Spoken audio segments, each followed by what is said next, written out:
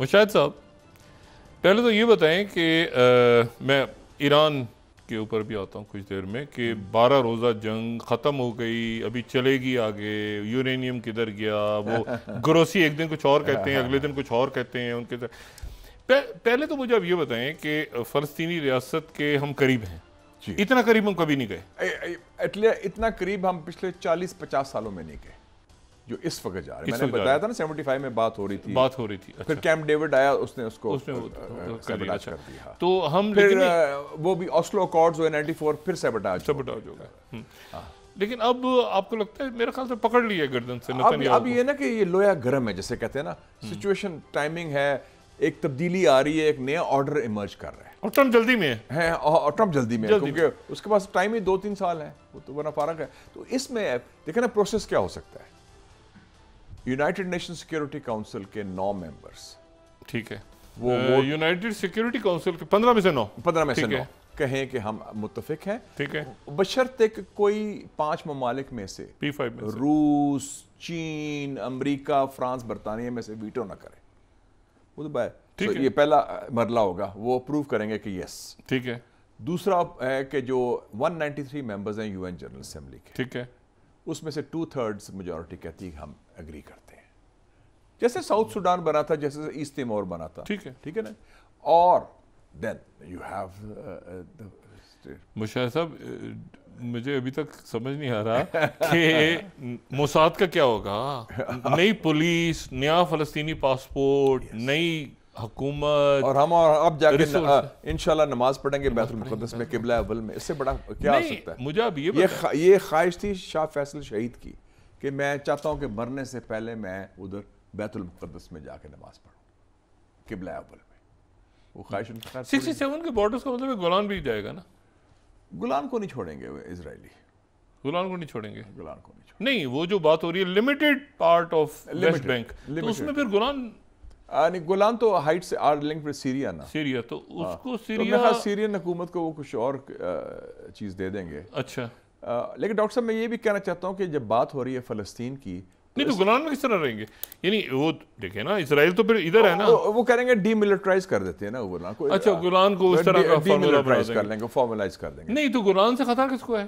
پہلے تو waste bank کا تھا، گولان تو دیکھیں نا، وہ منصوبہ ہے گریٹر اسرائیل کا، وہ ابھی بھی نظر رکھنا چاہتے ہیں، اس کو یوز کرنا چاہتے ہیں ترکی کے خلاف بھی، ادھر بھی نظر رکھنا چاہتے ہیں نا، پورا ایریا جو ہے عراق اور اچھا وہ سیریا اور اس کے لیے. تو اس کو ڈی ملٹرائز نہیں، تو اس کا مطلب یہ ہے کہ وہاں کوئی انٹرنیشنل فورسز ٹائپ کوئی انٹرنیشنل فورس جیسے ساؤتھ لیبنان میں آگئی تھی، ایگزیکٹلی کچھ دیر کے لیے آئی تھی ڈاکٹر صاحب. لیکن میں دیکھ رہا ہوں کہ اس وقت 2 بڑے ایشوز ہیں مسلم دنیا کے، ایک ہے فلسطین، ایک ہے مقبوضہ کشمیر. اگر مقبوضہ فلسطین آزاد فلسطین بنتا ہے تو پھر ساتھ ساتھ ہمیں پوری کوشش ہونی چاہیے. اور اب مجھے بڑی خوشی ہے کہ پاکستان کی جو اس وقت ملٹری ہائی کمانڈ ہے اس کی بڑی ایک اسٹریٹجک کلیئرٹی ہے، ماضی کے برعکس جو کہتے ہیں چھوڑو یار اپیزمنٹ کرو. ایک تو ہمارا ڈیفیٹسٹ مائنڈ سیٹ بڑا ہے نا پاکستان میں کہ انڈیا بہت بڑا ملک ہے، اس کا مقابلہ نہیں کر سکتے، کشمیر کو بھول جاؤ، بس صلح سیٹل کر لو، مودی جی سے تجارت بھی کرو، کشمیر کو بھول جاؤ، فارغ کر دو. Not at all. اگر پیلسٹائن کاز زندہ ہوا ہے، اگر ایران نے ڈیفیٹ کیا اسرائیل کو، اگر پاکستان نے شکست دی ہے ہندوستان کو، تو کور ایشو ہمارے لیے مقبوضہ کشمیر ہے. اور کشمیر کی حق خود ارادیت ہمارے ایمان کا حصہ ہے، پاکستان کے ڈی این اے کا حصہ ہے. اور ہم اس کشمیر کیسے حل ہوگا مسئلہ؟ جنگ سے ہوگا یا کیسے سرنڈر ہوگا؟ کیا ہوگا؟ ہم کیسے لیں گے واپس؟ نہیں، ہم تو لینے کی بات نہیں کر رہے، ہم تو کہہ رہے ہیں حق خود ارادیت دینا، ان کو فیصلہ کرنے دیں. تو ورنہ اگر وہ نہیں کرتے تو میں آپ کو بتاؤں this will lead to the break up of India, کیونکہ انڈیا کے اندر اور موومنٹس بھی چل رہی ہیں. اگر وہ اس کا زبردستی نیچر کے خلاف قبضہ کرتا ہے وہ، تو پھر خالستان تحریک بھی ہے، ناگالینڈ بھی ہے، میزورام بھی ہے، میگھالیہ بھی ہے، تریپورا بھی ہے. اور مشاہد صاحب ایک بات مجھے بتائیں، اور ماؤسٹ موومنٹ تو اپنی جگہ چل رہی ہے. ہم غزہ کا تو ہمیں فلسطینیوں کو تو نظر آتا ہے کہ جو ان کے ساتھ ظلم ہوا رہا ہے، اور پوری دنیا میں ہم نے دیکھا. اور ابھی میں ایران پہ بھی آتا ہوں، وہاں پر موساد جس طرح گھسی ہوئی تھی بیچ میں، اور پکڑ پکڑ کے ان کے لوگوں، یہ بالکل یہی پروجیکٹ، یہی طریقہ کار کشمیریوں پہ آزمایا جا رہا تھا. مطلب یہ میں سوچ کے لرزتا ہوں.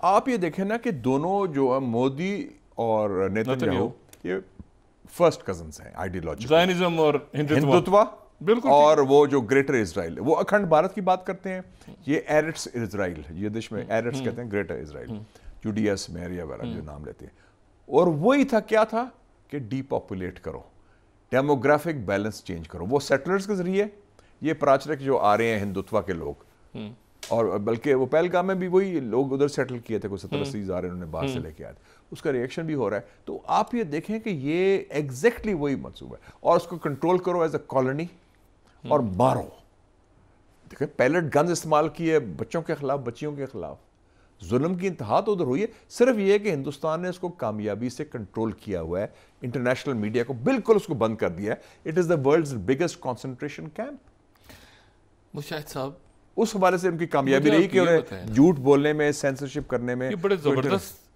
زبردست طیارے تھے یہ رافیل شافیل، مطلب کوئی ایسے دیکھیں نا، Rafale Israeli technology, western American technology, American technology بھی، موساد کی انٹیلیجنس اور رشین بھی ٹیکنالوجی بھی تھی، تو ان کی رشیا، امریکہ، اسرائیل، فرانس، ان کی پھینٹی لگی پہلے ہماری اور انڈیا کے جو مارکہ حق ہوا اس میں، اور پھر لگی ایران میں۔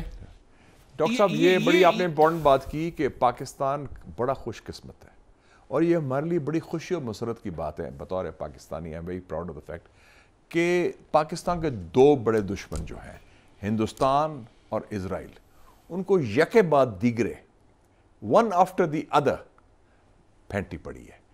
ہندوستان کو ہم نے ٹکائی کی، gave them a bloody nose which they'll remember, and then Iran نے جو کمال کیا کہ انہوں نے اسرائیل جس کا بڑا بھرم تھا، اور دونوں کا بھرم، دونوں کی مت ختم ہو گئی ہے۔ اسرائیل کی یہ بھرم ہی ہوتا ہے اصل میں، کہ ہمارے لوگ ڈر کے تھے پہلے، کہتے او جی اب تو لڑ نہیں سکتے، ہمارے پاس تو تیل نہیں ہے، ہمارے پاس تو یہ نہیں ہے، انڈیا تو بہت اسٹرانگ ہے جی، انڈیا یہ ہے۔ Size does not equal strength doctor صاحب۔ اسرائیل سے تعلقات ٹھیک، ان کی ٹیکنالوجی، اسرائیل کو یہ کر دو، انڈیا کی یہ بات مان لو، اپیزمنٹ کر لو جی، مودی جی ناراض نہ ہو جائے، مودی جی سے بات کر لیں جی، اور کشمیر کا ذکر نہ کریں جی۔ وہ تو ہوتیز نے برکس نکال دیا تھا اسرائیل کا۔ یہ ڈیفیٹسٹ مائنڈ سیٹ ہے، شکر ہے قائد اعظم جب پاکستان بنا رہے تھے یہ مائنڈ سیٹ نہیں تھا، ڈیفیٹسٹ اپیزمنٹ، کہ جی اس کو خوش کر دو چونکہ وہ ہم ہمت نہیں ہے۔ جنگیں آپ جیتتے ہیں میدان میں نہیں، پہلے ذہن میں، شکست خوردہ ذہن جو تھا اگر قیادت میں ہو جائے تو then you have gone, that's over۔ اور اس میں تو ہم نے شو کر دیا نا کہ جو army chief field marshal Asim Munir and air force chief air chief marshal Zaheer Ahmed Babar Sidhu went for the jugular and gave them، اس لیے تو وہ لنچز بھی ہو رہے ہیں واشنگٹن میں، اس لیے پاکستان کو مختلف زاویے سے دیکھا جا رہا ہے، اور اس لیے ہندوستان کے برے وقت آ گیا نا کہ ان کو ہر جگہ مار پاڑی، پسپائی ہو رہی ہے۔ ایس سی او میں دیکھ لیں کیا ہوا ہے۔ نہیں تو ایسی، ایک منٹ سنو مجھے، ایس سی او میں، یہ تو ایس سی او میں رشیا، ایران، افغانستان، نیپال، مطلب جو باقی سینٹرل ایشیا جی، سینٹرل ایشیا پورا، ہاں، تاجکستان، ازبیکستان، قزاقستان، بلوچستان کی دہشت گردی کو ڈالا جو ہندوستان نے کرائی تھی، را کی سپانسر تھی، اور یہ جو ہیں ان کے ساتھ ایک ملک بھی کھڑا نہیں ہوا۔ پہلگام میں تو انہوں نے جھوٹا الزام لگایا نا ہمارے خلاف، ٹھیک ہے، ہم نے تو ان کو شواہد دے دی ہے، ادھر بھی جا کے جو ایس سی او کانفرنس میں شواہد دی ہیں ہم نے، ہاں D G I S I نے جو تقریر کی، جنرل عاصم ملک نے، بڑی دبنگ تقریر تھی، اس نے کلیئرلی کہا کہ لک دس از دا فیکٹس، ان کے نہیں جھوٹ ہماری طرف سے پروف پیش ہوئے، ایگزیکٹلی پراپر جو دنیا نے مانے، ہاں جو دنیا نے، اچھا ان کی طرف سے الزام تھا، یہ تو الزام ہے نا کہ پاکستان کرواتا ہے، پاکستان کراتا رہا ہے، وہ تو ایک جھوٹا الزام کی بنیاد پر تو نہیں کر سکتے نا۔ You have not been able to present any evidence because there is no evidence، ہم نے کیا ہی نہیں۔ وہ ایس سی او میں رہیں گے، انڈیا ایس سی او میں تو رہے گا، وہ تو فیس سیونگ کریں گے، اور حزب ماک تقدم جو کہتے ہیں، برکس میں بھی دیکھیں ان کا رول بڑا گندا رول ہے، مین اسٹریم کے ساتھ نہیں ہے۔ جیسے دیکھیں نا، یہ انڈیا جس بھی میں جاتا ہے نا بڑے آرگنائزیشن میں، سارک میں گیا گند کیا، ایس سی او میں گیا گند کیا، برکس میں بھی یہ ڈی ڈالرائزیشن کے تو خلاف ہیں، یہ تو ٹروجن ہارس ہیں دوسرے کے کام نہیں، لیکن سیٹنگ ابھی تک ٹیرف اٹکا ہوا ہے امریکہ سے، ہاں، لیکن وہ تو ٹرمپ کی وجہ سے ہوا نا، ٹرمپ ورنہ they were used to being pampered by the American establishment، یہ اوباما، یہ بائیڈن، یہ جو امریکن سسٹم ہے وہ پرو انڈین ہے، ٹرمپ پرو انڈین نہیں ہے، یہ فرق ہے۔